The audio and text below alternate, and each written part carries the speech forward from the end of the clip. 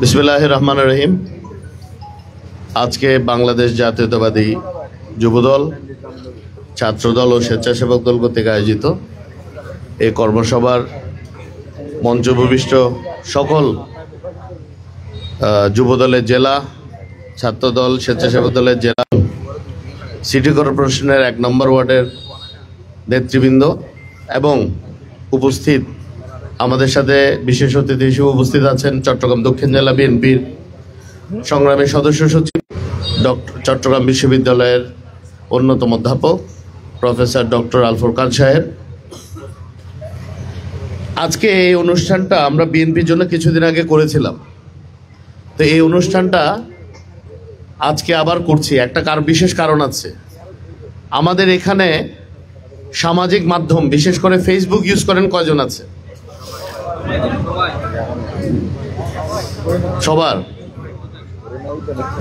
আমরা 3রা নভেম্বর যখন হাটাজারি বায়েজিদের মনোনয়ন ঘোষণা করা হয়েছে, এই নির্বাচনকে কেন্দ্র করে চট্টগ্রাম 5 মানে হাটাজারি এবং বায়েজিদের জন্য একটি পেজ খোলা হয়েছে।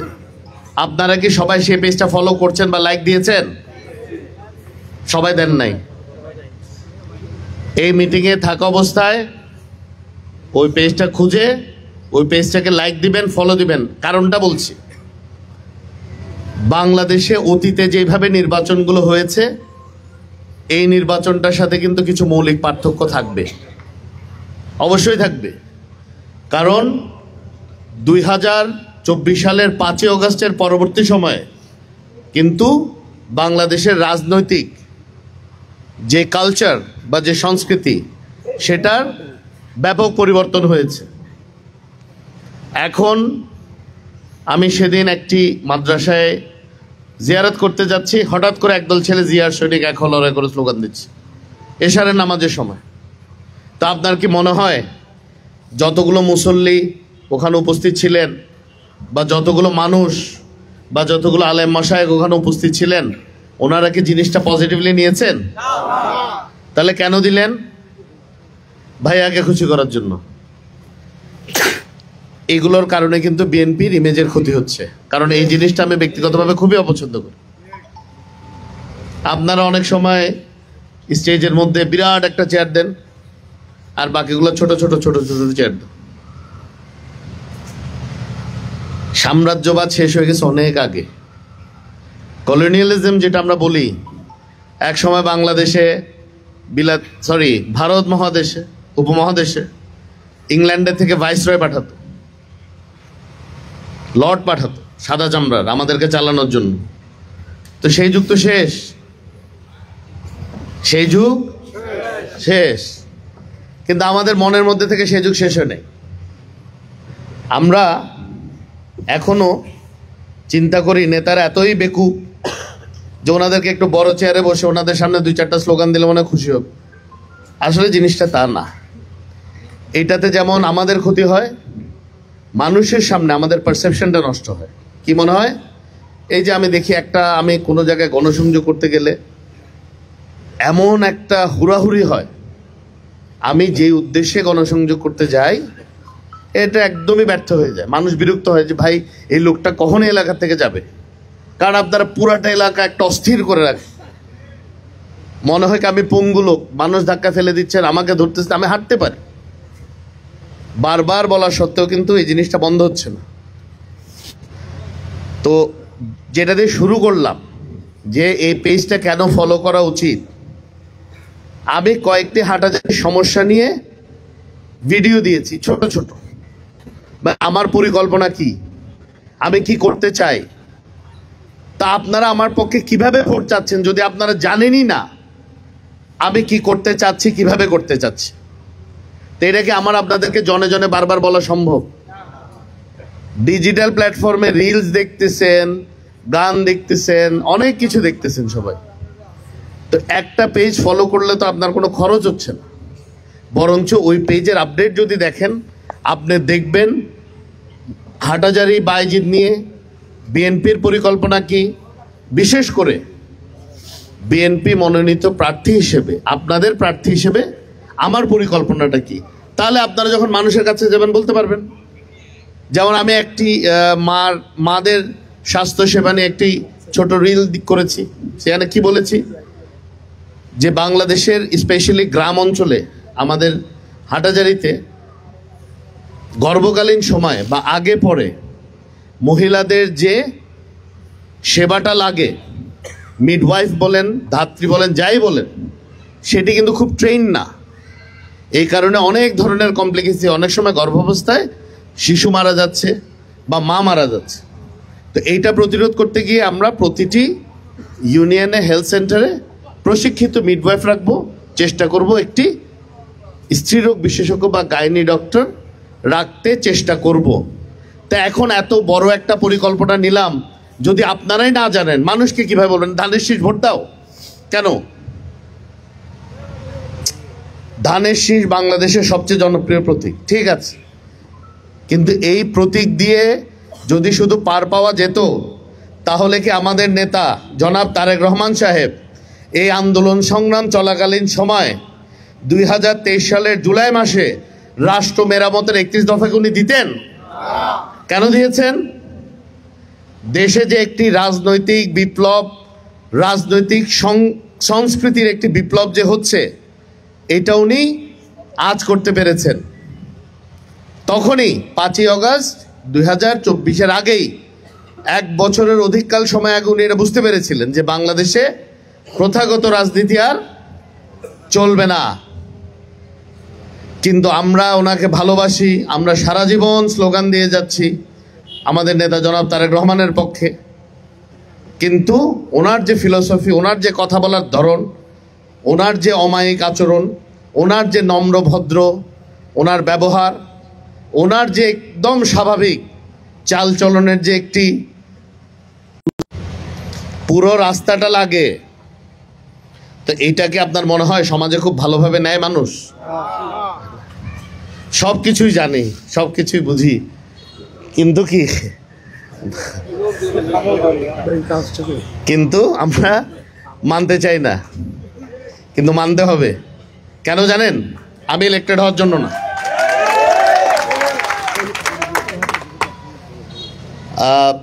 বিদেশি অনেক শক্তির বিরুদ্ধে। তাহলে আমাদের কি করতে হবে? আমাদের যুদ্ধ করতে হবে না, আমাদের নিজের নফসের সাথে যুদ্ধ করতে হবে, নিজেদেরকে সংশোধন করতে হবে, তারপরে আমরা মানুষের কাছে যেতে পারবো। প্রচার, রাজনৈতিক শিষ্টাচার, মুরব্বীদেরকে সম্মান করে চলা। অনেক সময় মুরব্বীরা হয়তো অন্যায়ভাবে একটা ধমক দিয়েও দিতে পারে বয়সের কারণে, সেটিকে একসেপ্ট করে তর্ক না করে নিজের মতো করে চলা, কারণ নিজে সেটি আর হবে না। তো আজকে অনেকগুলো কথা আরো বলবো, তার মাঝে প্রচারণা নিয়ে কিছু কথা আপনাদেরকে বলি। প্রথম স্লাইডটা তো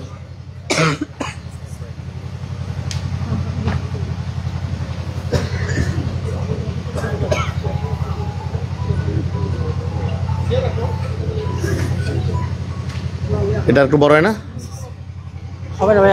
আর একটু জুম করো। ওইটাতে ঢুকে নিচে জুমের অপশন আছে, জুমে যাও। হ্যাঁ আচ্ছা আচ্ছা আচ্ছা, ওই দেখো ওদিকে আছে। হ্যাঁ ঠিক আছে। রাজনৈতিক যোগাযোগ ও নির্বাচনী প্রচারাভিযান, সেকেন্ডটাতে যাও। বড় করো, 150 দাও, 150। ঠিক আছে। বিষয়গুলো কি কি আছে? প্রশিক্ষণের লক্ষ্য ও প্রেক্ষাপট, রাজনৈতিক যোগাযোগ, নির্বাচনী প্রচারাভিযান। রাজনৈতিক যোগাযোগের গুরুত্বপূর্ণ অভিযানের 6টি ধাপ, যা হলো গবেষণা, লক্ষ্য নির্ধারণ, ভোটার টার্গেটিং, মেসেজ বা বার্তা, ভোটার সংযোগ এবং পরিকল্পনা বাস্তবায়ন। তাহলে প্রথমটাতে যাই, প্রশিক্ষণের লক্ষ্য ও প্রেক্ষাপট কি?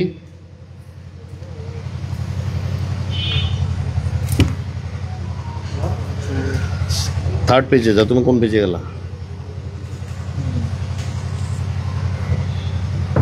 তুমি অ্যারো দিয়ে দাও, অ্যারো দিয়ে ইজি হবে। তোমার দেখো নিচে অ্যারো আছে। হ্যাঁ এটা এটা এটা এটা এটা এরপরেরটা। হ্যাঁ, লক্ষ্য কি? নির্বাচনী প্রচারাভিযানের মাঠ পর্যায়ে ব্যবস্থাপক ও সমন্বয়কদের দক্ষতা বৃদ্ধি। এখানে ব্যবস্থাপক এবং সমন্বয়কদেরকে ডাকা হয়েছে। আমাদের যে 142টা সেন্টার আছে, সিটি কর্পোরেশন এবং 2টা ওয়ার্ড এবং আমাদের হাটহাজারী সহ, এখানে যারা উপস্থিত আছেন বায়জিদ অংশ বাদ রেখে বাকি সব ব্যবস্থাপক এবং সমন্বয়ক এখানে উপস্থিত। অঙ্গ সংগঠন আমি যেটা শুরুতেই বলেছি, 2024 সালের গণ অভ্যুত্থান পরবর্তী পরিবর্তিত জন আকাঙ্ক্ষা ও রাজনৈতিক দৃষ্টিভঙ্গি। এই যে হঠাৎ করে কথা বলতে হঠাৎ করে জিয়ার সঠিক বলে লাফ দিয়ে উঠলেন, কিছুই শুনলেন না। স্থানকাল পাত্র বুঝতে হবে, কোনটা সমাবেশ, কোনটা কর্মী সমাবেশ, কোনটা সেমিনার, কোনটা আলোচনা সভা, কোনটা পথসভা, কোনটা নির্বাচনী সভা, এটার পার্থক্যটা বুঝতে হবে। জানা যেত অবশ্যই সামাজিক অনুষ্ঠান কোনটা। আচ্ছা, রাজনৈতিক যোগাযোগ ও নির্বাচনী প্রচারাভিযান উদ্দেশ্য কি? রাজনৈতিক যোগাযোগের উদ্দেশ্য হচ্ছে সম্পর্ক করা, আস্থা তৈরি করা দলের অভ্যন্তরে এবং জনগণের সাথে। তো দলের অভ্যন্তরে কেন? আমার চেয়ার এখানে নাই কেন, উঠে চলে গেলাম, তাহলে যোগাযোগ হলো? হলো না। খুব ছোটখাটো কারণে কি করছি? দলের স্বার্থ জলাঞ্জলি দিচ্ছি। খুবই ট্রিভিয়াল ম্যাটার, কিচ্ছু যায় আসে না। আমি হেলাল এখানে বসলো, যতটুকু দাম, আমি যদি একদম শেষে বসি সবাই ঘুরে পিছনে তাকাবে, তাকাবে না? এই কনফিডেন্সটা নিজের উপর থাকা দরকার। যে গুরুত্বপূর্ণ, আপনারা যে আসনে বসুন না কেন, আমার চোখ যাকে খুঁজে নেওয়া দরকার তাকে অবশ্যই খুঁজে নেবে। আর ওই জনগণের মাঝে আস্থার ব্যাপারটা তো বললামই, এটা আমি বিএনপি করি দেখে আমার উপর আস্থাই তোমার রাখতে হবে, এই আচরণ দিলে হবে না। আপনার আচার আচরণে, আপনার সামাজিক কর্মকাণ্ডে, আপনার ব্যক্তিগত ডিলিংস বা লেনদেনের মাধ্যমেই আপনার জনগণের আস্থাশীল হতে হবে, না হলে কিন্তু দলের বিপর্যয় হবে। নির্বাচনী প্রচারাভিযানের উদ্দেশ্য কি? নির্বাচনে জয়ী হওয়ার জন্য ভোট চাওয়া এবং বার্তা ছড়ানো। এই বার্তা ছড়ানোর বিষয়টি আমি কিন্তু শুরুতে বলেছি।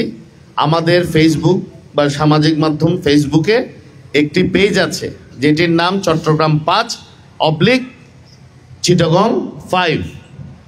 এখানে অত্যন্ত প্রতিদিনই খুব উল্লেখযোগ্য কিছু পোস্ট করা হয়, এবং আপনারা জানেন কিনা জানি না, আমি আপনাদের কথা শুনতে চাই বলে একটি সার্ভে বোর্ডও ওখানে দেওয়া হয়েছে।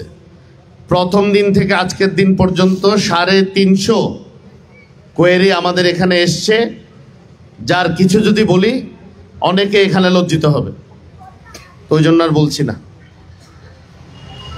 সময়কাল দীর্ঘকালীন, কারণ এখন থেকে শুরু করছি, এটা নির্বাচন পর্যন্ত কন্টিনিউ করতে হবে। নির্বাচনী প্রচার নির্বাচনকালীন সময় মাধ্যম কি? এই যে আমরা রাজনৈতিক যোগাযোগ করব বা নির্বাচনী প্রচারাভিযান চালাবো, রাজনৈতিক যোগাযোগটা হচ্ছে সব রকমের, personal connection, collective connection, social media দিয়ে, পত্রপত্রিকা দিয়ে, প্রিন্ট মিডিয়া দিয়ে, ইলেকট্রনিক মিডিয়া দিয়ে, মানুষের সাথে সরাসরি। আদান দিচ্ছে না না ট্রেনের ফরম সাউন্ড বাইরে আছে, ও অ্যাম্বুলেন্স আছে, ট্রেনের ফরম ছিল। আর যেটা নির্বাচনী প্রচারাভিযান, এটা হবে কৌশল নির্ভর। ফোকাস কি? রাজনৈতিক যোগাযোগের। আবারও বলছি, জনগণ এটার মাঝে যা বুঝতে চায় না। উনি একটা কথা সবসময় বলেন যে বিএনপির রাজনীতি হচ্ছে জনগণকে সাথে নিয়ে জনগণকে সাথে জনগণের সাথে থেকে, এইটার মানে হচ্ছে জনগণের সাথে পজিটিভ সংযোগ স্থাপন করা, দলীয় নেতাদের উজ্জীবিত করা, অবহিত করা, দলের এজেন্ডা কি, 31 দফা কি, প্রার্থীর এজেন্ডা কি, এবং সবচেয়ে গুরুত্বপূর্ণ সুশৃঙ্খল থাকা। আমরা যারা স্টেজে অনেক সময় মিটিংয়ে বসে থাকি 5 ঘন্টা ধরে একটা চেয়ার থেকে উঠি না, কিন্তু আমাদের সাথে যারা মিছিলে যায় 10 মিনিট পরে বাদাম খেতে যায়, চলে যায়, আরেকজনের 15 মিনিট পরে চা খেতে যায়, চলে যায়। এটা হচ্ছে বিশৃঙ্খলা। বিশৃঙ্খলা থাকলে বা বিশৃঙ্খল হলে যত বড় জনশক্তি আপনার থাকুক না কেন, আপনি সাকসেসফুল হতে পারবেন। You must be very discipline. আপনাদের অসম্ভব শৃঙ্খলাবদ্ধ হতে হবে, আমাদের সকলেরই। দলের দীর্ঘমেয়াদী ভাবমূর্তি ধরে রাখা এবং হালনাগাদ করণ, এইটা হচ্ছে সবচেয়ে কঠিন কাজ। আমি হঠাৎ করে মাথা গরম করে একটা লোকের সামনে যদি একটা গালি দিয়ে দেই বাজারে, এইটার যে কি পরিমাণ ক্ষতি হয় দলের, এটা কেউ আন্দাজও করতে পারবে না। আমি বাজারে একটা উদাহরণস্বরূপ বলছি। পাবলিক প্লেসে কারোর সাথে অসদাচরণ করছেন, কারোর সাথে কটু কথা বলে ফেলছেন, কারো গায়ে হাত দিয়ে দিচ্ছেন, এটার অসম্ভব রকমের একটা ব্যাড ইম্প্যাক্ট হয়, যেটা আপনি চাইলেও আপনি বুঝাতে পারবেন না। আর এখানে যদি আমরা দেখি নির্বাচনী প্রচারাভিযানের এটার উদ্দেশ্য কি, আমি যাদেরকে টার্গেট করছি ভোটার, তাদেরকে আমার পক্ষে আনা, মানে আমার ব্যাপারে তাদেরকে রাজি করানো। রাজনৈতিক যোগাযোগ অর্থাৎ আস্থা সম্পর্ক গড়তে ব্যর্থ হলে নির্বাচনী প্রচারাভিযান কার্যকর হবে না। সুতরাং রাজনৈতিক যোগাযোগের কয়েকটি গুরুত্বপূর্ণ বিষয় আমাদের জেনে নেওয়াটা খুবই জরুরি। রাজনৈতিক যোগাযোগের গুরুত্বপূর্ণ ভিত্তি, ফার্স্ট, জন আকাঙ্ক্ষা জানতে হবে। দল ও প্রার্থীকে টার্গেট ভোটারের অপ্রাসঙ্গিক দল বা প্রার্থী ভোট। পরেরটাতে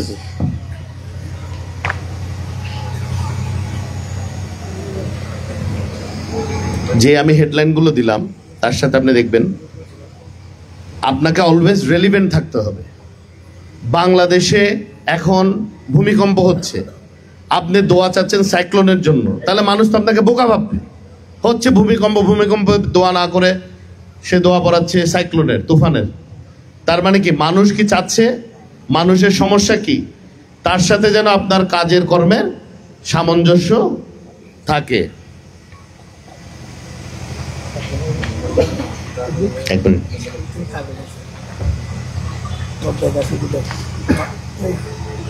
যদি আমরা অপ্রাসঙ্গিক থাকি তাহলে কি হবে, আমরা ভোট কম পাবো।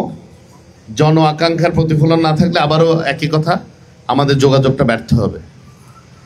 দলীয় শৃঙ্খলার চর্চা করতে হবে। This is very very very important. আমি বারবার এই কথাটা বলি, আমাদের অবশ্যই শৃঙ্খলা মেনে চলতে হবে।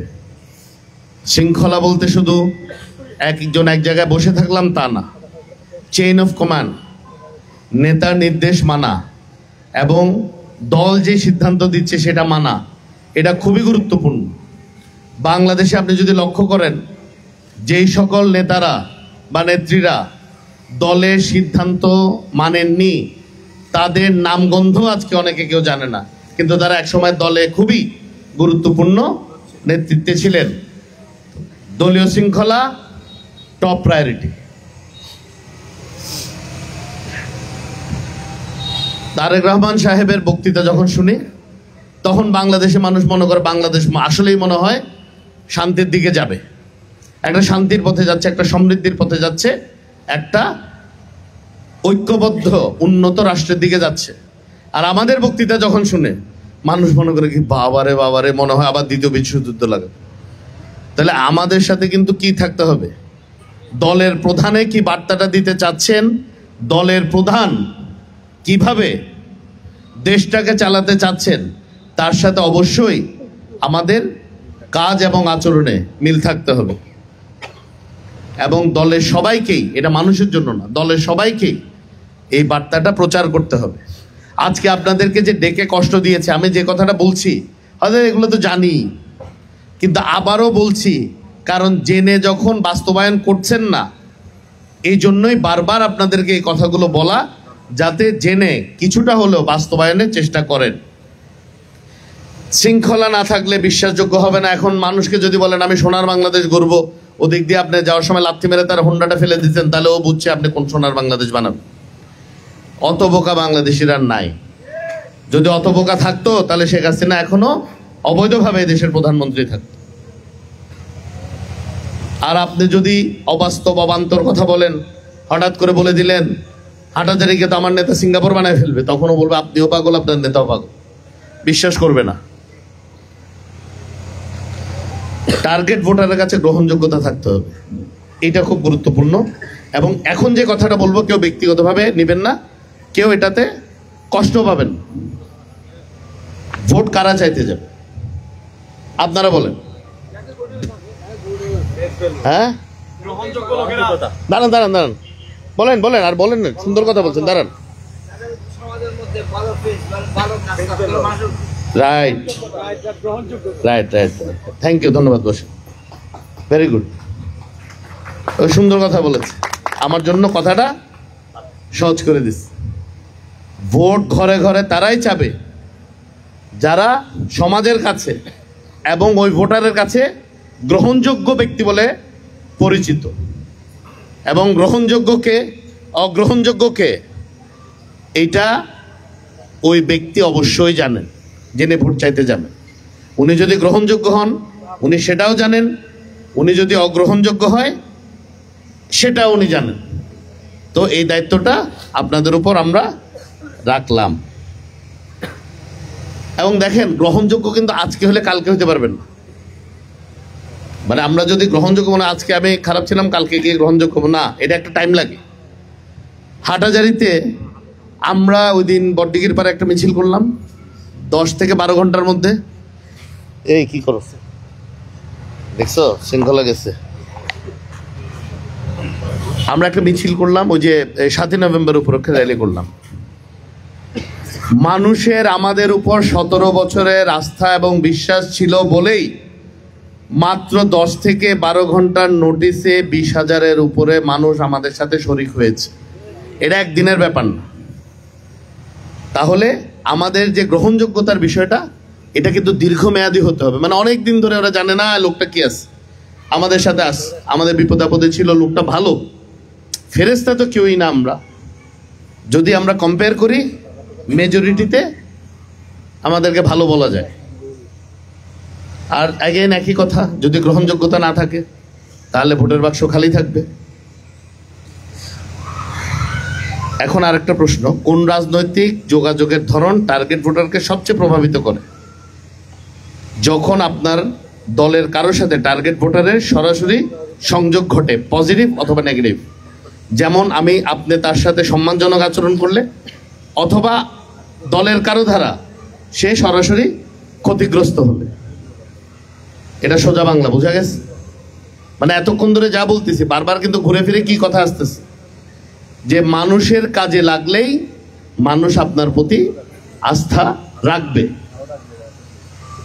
দল যখন আপনার বা নেতাকর্মী সম্পর্কে তাদের কাছে কোনো তথ্য যায়, যখন আপনার দল বা নেতাকর্মীর সাথে আপনার কাছে কোনো তথ্য যায়, পজিটিভ ও নেগেটিভ, ধরেন তারা যখন জানতে পারেন একটি দলের নেতাকর্মীরা মানুষের সমস্যার সমাধানে নিবেদিত, অথবা তারা যখন জানতে পারেন একটি নেতাকর্মী অন্যায়ের সাথে জড়িত। এবার আসেন, করোনাকালীন সময়ে বাংলাদেশ জাতীয়তাবাদী দল হাটাজারি উপজেলা পৌরসভা এবং বাইজিদ নিজ উদ্যোগে 46,750-এর অধিক পরিবারকে সহায়তা দিয়েছে, আলহামদুলিল্লাহ। তার মানে আমরা তাদের বিপদে আপদে ছিলাম। বন্যা হয়েছে, আমরা ওনাদের পাশে ছিলাম। বাসাবাড়ি জ্বলে গিয়েছে, সাধ্য অনুযায়ী ওনাদের পাশে ছিলাম। কেউ বিপদগ্রস্ত হয়েছে, মামলা শিকার হয়েছে, আমরা তাদের পাশে ছিলাম। তার মানে আমাদের সাথে একটা পজিটিভ যোগাযোগ বা সংযোগ হাটাজারিবাসী বাইজিদবাসীর সাথে ছিল এবং আছে। এবার আসি যেটা অপ্রিয় পার্ট, সেটাতে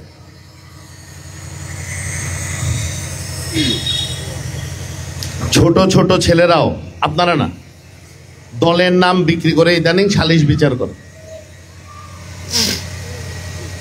এইটা খুব অদ্ভুত কথা। আমি আজকে দিন পর্যন্ত ওই সাহস